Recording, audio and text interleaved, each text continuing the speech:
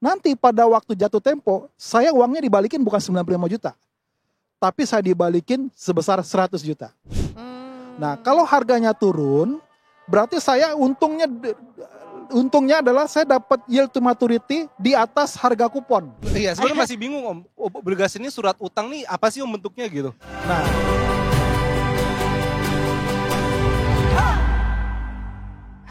Hari ini tentunya kembali lagi bersama dengan Chief Officer Investasiku, Pak Firman. Kumaha damang Om.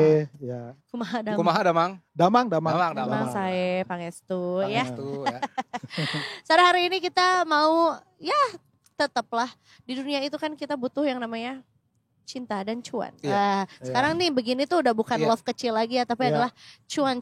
Salah satunya adalah dengan mengenal salah satu bentuk investasi, yaitu adalah ada deposito, ada juga investasi obligasi Iya. gitu. Mungkin kita akan mengenal dulu nih untuk teman-teman atau detikers yang juga pengen tahu apa sih sebetulnya bedanya, dan kemudian kita tuh cocoknya yang mana. Karena kalau Oke. berinvestasi kan kayaknya semuanya baik, namanya juga investasi Betul, gitu ya. betul. Pasti ada manfaatnya tuh, pasti banyak manfaatnya, tapi yang paling cocok sama kita tuh yang mana Oke. gitu ya. Ya, nah jadi identik banyak orang berpikir bahwa kalau mau mencari produk seperti deposito ya, di investasi itu sulit.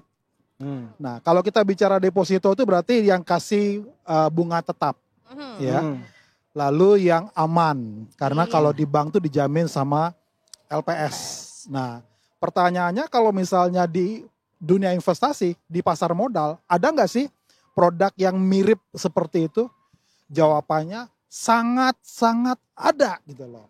Ya, nah kalau deposito itu pasar uang. Yes. Nah, kalau surat utang dalam hal ini obligasi itu adalah aset investasi pendapatan tetap ya. Nah, jadi kalau pasar uang, nah itu biasanya dijual di bank. Nah, kalau misalnya aset investasi itu berarti dijual di pasar modal. Nah, yang produk yang mirip dengan yang namanya deposito itu adalah obligasi. Nah, kalau kita mau bicara obligasi itu apa? Obligasi itu adalah surat utang. Jadi surat utang ada yang diterbitkan oleh sebuah emiten atau suatu negara, kalau obligasi negara ya atau pemerintah. Nah, di dalamnya atas kepemilikan surat utang yang kita beli itu kita mendapat bunga. Kalau obligasi namanya kupon. Nah, kupon ini dibayarkan pada periode tertentu. Kalau obligasi swasta corporate itu per 3 bulan. Nah, kalau obligasi pemerintah itu per 6 bulan. Nah, kalau kita bicara dari sisi aman, ya deposito itu kata aman karena jamin LPS. Nah, berarti kalau aman, kita cari yang aman itu berarti milik pemerintah. Nah, dalam hal ini berarti obligasi pemerintah. Nah, sama, dia memberikan bunga tetap. Ya. Lalu berikutnya apa? Sama, karena apa? Karena dia dijamin oleh pemerintah. Ya. Lalu yang menariknya apa? Yang menariknya ini fleksibel. Kenapa? Karena dia bisa dijual kapan aja di pasar sekunder atau di pasar modal. Nah, kalau deposito, saya beli misalnya, penempatan deposito, itu selama setahun misalnya atau per 6 bulan, kalau saya butuh duit, saya nggak bisa tuh langsung, saya butuh tarik sekarang aja. ya. Iya. Nggak bisa. Ada waktunya kan Om. Ada waktunya. Nah, kalau di obligasi pemerintah, ya, itu kita bisa jual kapan saja di pasar modal. Nah, jadi sebenarnya kalau kita mau mencari misalnya produk yang mirip deposito, itu sangat ada di pasar modal. Carilah obligasi pemerintah. Nah, kalau di aplikasi investasiku tuh, ya, itu namanya obligasi FR. Nah, di mana yield to maturity-nya, ya, atau bunganya, ya, itu berkisar antara 6 sampai 7%. Per PA tahun ya? per tahun. Nah, kalau deposito, kalau bank-bank besar, itu paling kurang lebih sekitar 2 sampai 3,5 atau 4% paling tinggi. Iya. Nah kan, Besar hampir dong. 2 kali Iya. lipat kan? Betul. Nah, kalau deposito, itu kan nggak bisa jual, nggak bisa break kapanpun. Iya. Kalau kita membatalkan tuh bahkan ada Penalti. ada penalti. Iya. Penaltinya nggak tanggung-tanggung, 10 sampai 20% tuh. Iya kan? Tadinya mau cuan malah jadi kayak Betul. Untung ya. jadi Bunganya 3%, 4%, jadi buntung. Nah, tapi kalau ini kita udah dapat bunga tanda kutip kuponnya atau yieldnya tuh lebih besar, hampir 2 kali lipat dari deposito, saya bisa break kapanpun. Saya tinggal jual di pasar modal.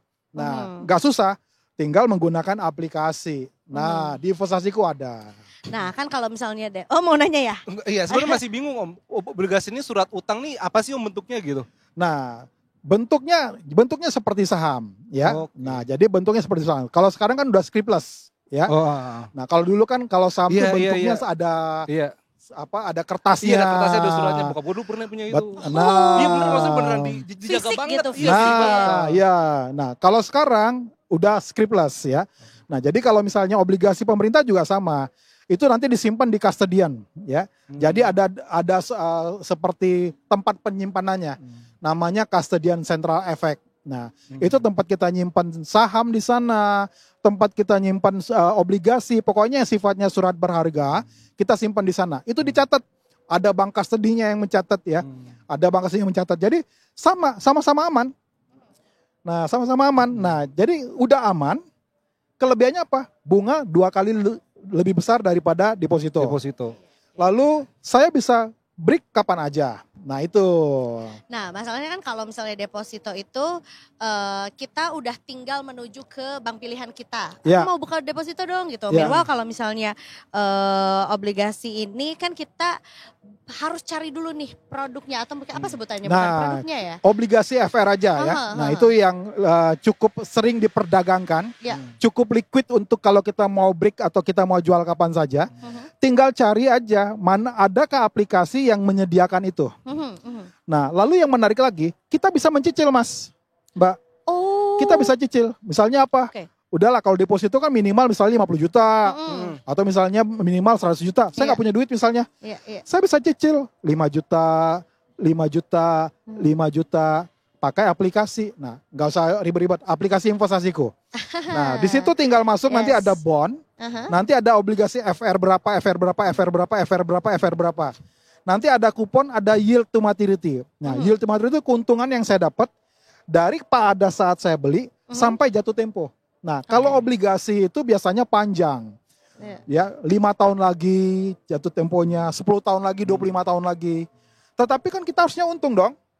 Kenapa? Karena semakin panjang berarti fixed income yang saya dapat, fixed return yang saya dapat itu juga pasti. Nah, saya tinggal lihat kalau misalnya kuponnya misalnya 7%. Jadi kalau obligasi itu namanya kupon. Kalau deposito itu namanya bunga. Ya. Nah, tapi kalau di obligasi ada namanya yield to maturity, keuntungan hingga jatuh tempo pada saat jatuh tempo. Nah, jadi jangan kaget kalau misalnya di aplikasi kuponnya 7, yield to maturity-nya misalnya 7,3. Loh, kok bisa lebih tinggi? Iya. Karena harganya di bawah par. Jadi kalau kita beli obligasi pertama kali perdana, itu harganya 100. Nah, kalau harganya turun, berarti saya untungnya adalah saya dapat yield to maturity di atas harga kupon. Jadi kalau 7 beli di harga 100, kuponnya 7. Kalau harganya turun misalnya ke 97 atau 98, maka nanti yield to maturity-nya itu di atas 7, 7,2, 7,1. Nah, artinya apa? Saya untung dong. Nah, nanti pada saat jatuh tempo ya atau sebelum sampai jatuh tempo tuh harganya naik tuh. Nah, kalau misalnya harganya naik, saya bisa jual. Nah, keuntungannya double. Keuntungan pertama saya dapat yang fixed return ya. Dari si kuponnya itu. Dari si kuponnya selama saya pegang. Yang kedua, kalau saya misalnya butuh uang, saya jual ternyata harganya lebih tinggi atau saya mau jual karena harganya lebih bagus daripada lebih tinggi dari saya beli, saya dapat gain lagi. Keuntungan dari selisih harga beli harga jual. Jadi double. Nah, ini yang mungkin orang belum banyak tahu ya, bahwa mereka ingin seperti deposito tetapi nggak tahu nih beli produk apa yang tanda kutip aman. Nah, cari obligasi FR, obligasi pemerintah. Nah, download aplikasi investasiku. Nah, ini kan ya itu tadi kita kan baru mau mulai juga kan sebetulnya juga banyak ya berarti ya obligasi-obligasi pemerintah yang kita bisa pilih juga nih. Kalau misalnya let's say oke, uangnya udah ada, keinginannya udah sangat kuat banget tapi nggak tahu nih harus memilih yang mana. Itu sebetulnya juga bisa dibantu ya sama investasiku. Oh, sangat bisa dibantu. Jadi mereka tinggal lihat itu ada harganya, ada yield to maturity-nya ya. Cukup simpel ya, informatif banget. Jadi misalnya obligasi misalnya FR 91 gitu ya. Yield to maturity-nya berapa gitu kan. Nah, harganya berapa? Yang tadi, kalau harganya di atas 100, berarti yield to maturity-nya di bawah kupon. Kalau harganya di bawah 100, ya, yield to maturity-nya di atas kupon. Nah, kalau suku bunga turun, biasanya harga obligasinya naik. Nah, gitu. Kalau misalnya suku bunganya naik, biasanya harga obligasinya akan turun. Nah, sangat simpel. Tetapi kalau orang yang mau beli deposito, dia nggak usah pusing. Dia tinggal lihat yield to maturity-nya jauh 2 kali daripada deposito nggak? Di atas deposito nggak? Kalau di atas ya udah tutup mata beli saja. Iya. Nah begitu loh, udah pasti, udah pasti. Tapi kalau untuk obligasi itu apakah ada batas? Maksudnya kan kalau deposit tadi bisa 50 juta gitu. Kalau obligasi itu ada minimal berapa sih gitu? Nah kalau di obligasi yang di aplikasi investasiku minimal 5 juta per kelipatan sejuta. Oke.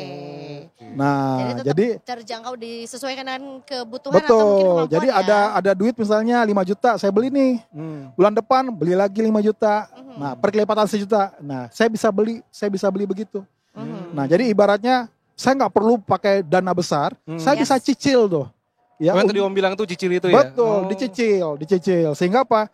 Saya dapat yang fixed return-nya. Obligasi FR itu singkatan dari FR itu fixed return. Iya. Nah, kalau nih kita berbicaranya udah agak jauh lagi nih. Misalnya kalau deposit itu kan sebetulnya ada pilihan nih. Ketika misalnya year maturity-nya udah sampai atau misalnya udah selesai, itu kan bisa dibalikin ke kita nih. Apakah bunganya mau diambil atau depositnya dilanjutkan lagi. Nah, kalau misalnya sama obligasi itu nah gimana? kalau obligasi itu setiap per 6 bulan kita dibayarin bunganya. Oke. Nah, dibayarin kuponnya. Yang kita terima adalah kuponnya. Jadi kalau misalnya kita masuk misalnya 100 juta supaya gampang hitung 100 juta. Berarti kalau 8%, kuponnya 8%, maka saya akan dapat 8 juta per tahun. Yes. Ya, belum potong pajak ya. Potong pajak 10%. Taruh 8. Nah, kalau deposito pajaknya berapa? 20. Iya, lebih gede. Nah, kalau ini makanya udah bunganya lebih tinggi. Kuponnya lebih tinggi dari bunga hampir 2 kali. Lalu saya bisa break kapan aja. Kalau di deposito nggak bisa break kapan aja. Kalau break paksa kena penalti. Lalu yang berikutnya, pajak saya hanya dipotong 10%. Kalau di sana pajak potong 20%. Nah, untuk menjawab tadi yang pertanyaannya Mbak tadi, ya kalau misalnya kuponnya saya akan dapat setiap per 6 bulan. Pada saat jatuh tempo, nanti saya akan dibayarkan sama kuponnya dibayarkan, sama pokoknya akan dikembalikan. Nah, kalau saya tadi misalnya beli misalnya di bawah harga par, di bawah harga 100, maka saya membayar kalau tadi misalnya 100 juta, saya misalnya harganya di 95 misalnya. Maka waktu saya bayar itu di 950 juta. 95 juta. 95 juta. Dari harga 100, 95 juta. Nanti pada waktu jatuh tempo, saya uangnya dibalikin bukan 95 juta. Tapi saya dibalikin sebesar 100 juta. Karena harga 95 itu akan kembali ke harga 100. Kalau saya beli di harga 100, misalnya saya beli di 103, maka waktu saya bayar, anggap accruingnya nggak ada ya, saya bayar berarti di 103 juta. Pada waktu jatuh tempo, saya akan terima uangnya 100 juta. Nah, tetapi yield to maturity tadi, kupon yang saya dapat setiap per periode, ditambah dengan pokok yang saya balikin, itu namanya yield to maturity.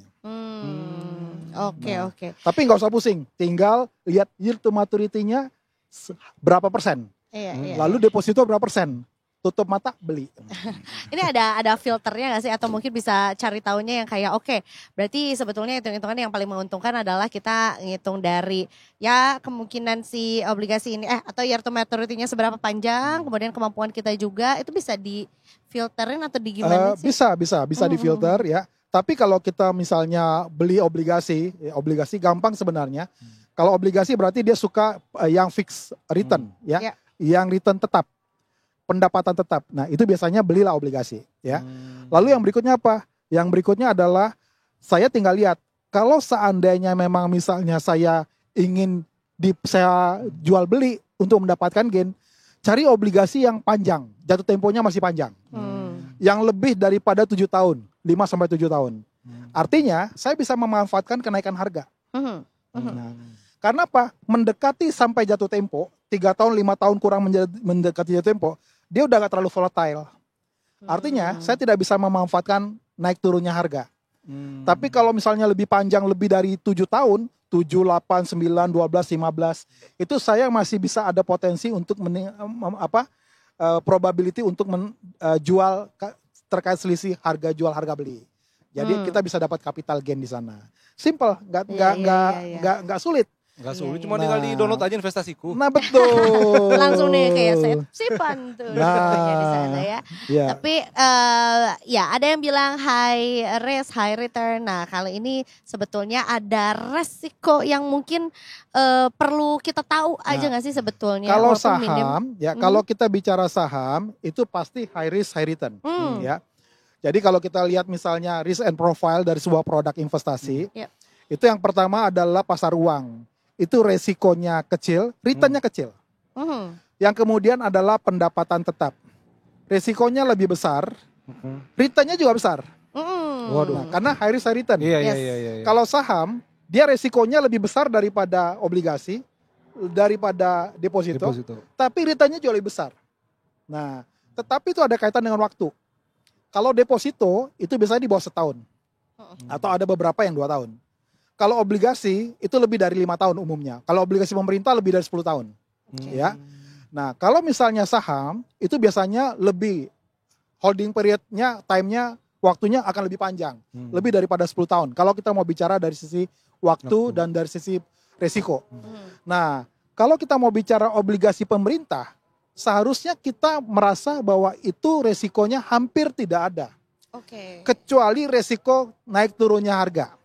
Nah, kalau resiko naik turunnya harga, ya, itu tinggal kita lihat rata-rata yield to maturity dari obligasi pemerintah itu paling rendah di 5%-an lah, ya.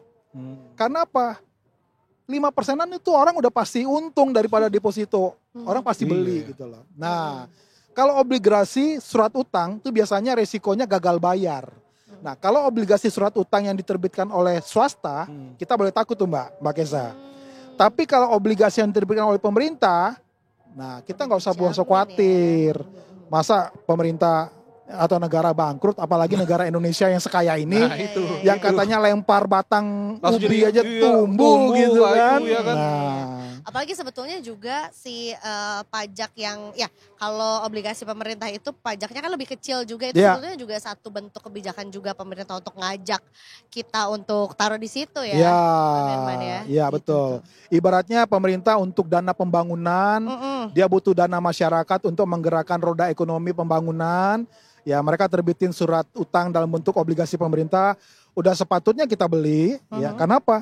Kita dapat bunga lebih besar dari deposito, bisa breakable kapan aja, nggak kena penalti kayak misalnya kita beli deposito. Lalu yang berikutnya pajak hanya 10%. Dan dijamin pemerintah tidak bangkrut. Tapi apa obligasi ini udah jadi tren di anak muda sekarang nggak sih Om? Maksudnya kalau tadi kan jangka waktu kan 10 tahun ya, mungkin ya orang-orang zaman dulu lagi. Maksudnya yang dulu-dulu gitu, senior-senior lah gitu. Apakah sekarang anak muda sudah mulai terjun juga ke sini? Mereka udah mulai kenal. Dan mereka udah mulai banyak beli 1 juta, 5 juta, 1 juta, 5 juta. Mereka udah mulai bisa beli seperti itu. Kenapa? Karena ibaratnya kalau deposito kasih 2-3% atau 3,5%, 4%, ini sih bisa dapat 6-7%. 7%. Ya, kalau misalnya 3% potong pajak 20% kan berarti bersihnya hanya berapa tuh? 2, berapa ya? Kan hanya 2,6. Iya, ya 2,4. Nah, sementara kalau misalnya ini yang 7% atau 6% aja, 6% potong 10%, berarti hanya 5,6 gitu loh ya. 5,4. Kan lebih besar, hampir 2 kalinya gitu loh. Nah, jadi layak sekali untuk dipertimbangkan bagi mereka yang mencari aset pendapatan tetap, investasi dengan pendapatan tetap. Nah, tinggal download aplikasi investasiku, cari obligasi di situ, beli FR. Nah, khusus di obligasi yang ada di investasiku, itu nggak ada obligasi swasta. Pemerintah berarti. Semua pemerintah. Tujuannya apa? Supaya aplikasi ini memang untuk orang yang misalnya yang ingin belajar berinvestasi, mudah, simple, praktis, takut ada resiko, nggak usah khawatir. Tinggal beli obligasi pemerintah di aplikasi investasiku. Itu dia Pak. Nah, jangan lupa, setiap pembelian obligasi di investasiku, saham, reksadana, ataupun obligasi, dapat lagi MPC point.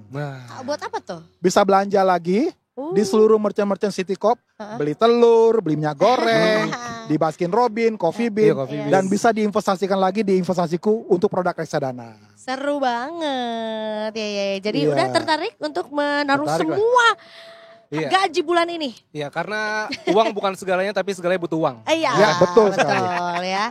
Jadi ini sebenarnya perlu untuk dikasih tahu juga sama Detikers juga, karena ada opsi, ada pilihan untuk berinvestasi juga. Betul. Ya, terutama yang mungkin juga yang takut dengan resiko. Resikonya nggak mau yang besar-besar banget gitu ya, yang mudah-mudah aja, yang juga sudah ada yang menjamin juga, apalagi kalau dari pemerintah tadi sudah didampingi juga dengan LPS juga ya. Jadi tentunya juga kayaknya kalau untuk takut-takut berinvestasi kayaknya udah nggak zaman ya Pak Firman ya. Betul. Oke, ada lagi mungkin yang mau disampaikan untuk Detikers? Cukup ya. Jadi bagi yang mencari pendapatan tetap, yang bunganya lebih besar, takut dengan resiko, beli obligasi pemerintah. Caranya mudah. Download aplikasi investasiku ya. Nah, tinggal beli di sana. Langsung dituntun Om ya. Langsung dituntun. Pokoknya kalau bingung-bingung ya udah tinggal WhatsApp Mbak Sheryl atau Pak Firman. Iya. Siap. Tapi kita. Kalau Detikers ya tanya aja via kan setiap pagi juga ada ini ya market review juga ya. Ya, pembukaan ada market review setiap pagi jam 8.30 sampai jam 9 di YouTube Investasiku. Gitu, bisa lah di live chat situ. Atau juga pas lagi kita lagi sesi sama Mbak Sheryl atau Pak Firman, komen-komen aja ya. Nanti dijawab. Kalau mau saham ya bingung pilihnya, nah tinggal menggunakan Fixed Stock AI gitu ya. Iya, itu yang menarik ya. Jadi juga bisa dipermudah lah ya untuk teman-teman yang beginner juga. Baiklah kalau begitu, itu tadi dia juga Detikers untuk Detik Sore hari ini. Semoga mencerahkan Detikers ya, langsung download investasiku pokoknya sekarang.